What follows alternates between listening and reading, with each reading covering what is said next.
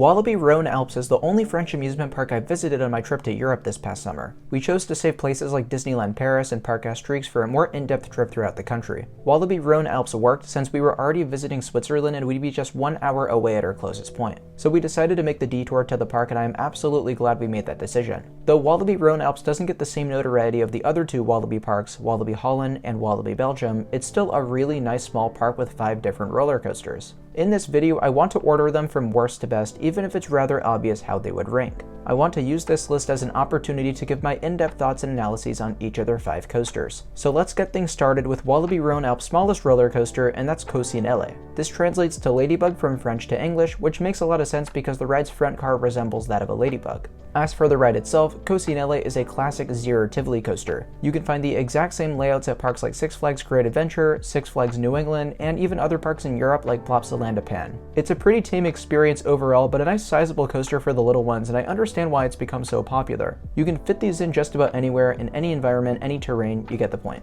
At number 4 is Woodstock Express. I didn't know we were at a Cedar Fair park, am I right? The Zamperla Zigzag coaster is a wild mouse model that is rather uncommon, but for good reason. Zamperla's wild mice are easily some of the tamest and least interesting I've experienced. On the other end of the spectrum, I also don't hate the ride since it is at least pretty smooth. I just wish it took its turns faster and that the trains were more comfortable and that the braking was better. Yeah, I'm starting to realize how kind of dull the ride is. It has this big, bulky vehicle with pretty stupid restraints. Woodstock Express is one that you're going to want to do to grab yourself an additional coaster credit, but after that, you'll probably never care to ride it again. Number 3 is Generator. This Vekoma boomerang isn't like the others, which you probably didn't expect since this is where the average rough boomerang would have also ranked. To be honest, I was so close to ranking Generator above the park's number 2 coaster, but I opted against it since that ride has an original layout. Vekoma boomerangs, while a cool concept on the surface, have a pretty bad reputation for being uncomfortable, rough, and basically cloned at every park ever. Now, there's some clones I don't mind getting this treatment, namely the RMC Raptor coasters and various Vekoma models. But I think I'd honestly have the same opinion on boomerangs if more parks maintained theirs like Walibi Rhône-Alpes. For the 2014 season, the park decided to switch out the ride's aerodynamics trains for new Sunkid trains with lap bars. Since then, Generator has been one of the absolute smoothest boomerang coasters in the world.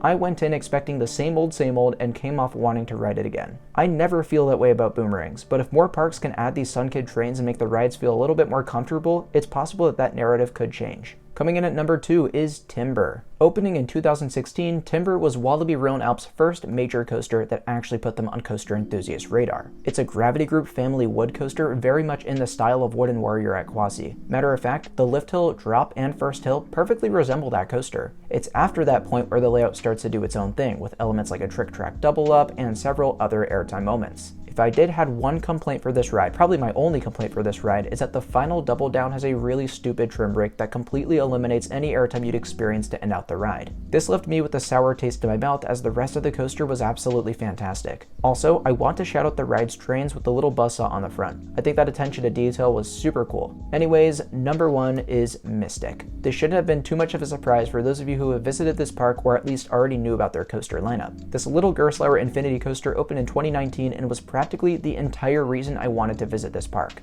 At a height of 102 feet or 31 meters, Mystic is one of the shortest custom Gerstlauers, but where it lacks in stats, it more than makes up for in having a super unique layout. For my American coaster enthusiasts, this is by far the most similar ride experience to the upcoming Palindrome at Codaland. That coaster will use the exact same technology to facilitate the shuttle coaster dynamic. Speaking of, the way Mystic flips riders in the direction they came is amazing, with its iconic hang time-filled incline spike. It's really the highlight moment of the coaster, and if you don't see it coming, you'll probably be freaking out like my brother did. But it's not like Mystic has a few marquee elements to carry the ride experience. Just about every moment feels fluid and engaging, which is something I really appreciate. The first twisted drop, the top hat, and wave turn are all filled with airtime, and then the variety of inversions are terrific as well. Mystic is proof that you don't need to build super tall or super fast to have a true high-quality coaster experience. But as great as the ride is, I don't think it'll be the standout attraction at this park for long. It's been confirmed that Walibi Rhône-Alpes will be making their largest investment yet for a new roller coaster set to open in 2024. The ride, which will be manufactured manufactured by Intamin, is rumored to be a hot racer single rail coaster like Big Dipper at Luna Park Sydney in Australia. But take this with a big grain of salt because it could really be anything from Intamin's portfolio. With the addition of this new Intamin, along with the rewritability of their current top 3 coasters, I'm sure I'll be back at Walibi Rhône-Alpes in the years to come. But for now, I hope you all enjoyed my list of the park's 5 roller coasters ranked from worst to best.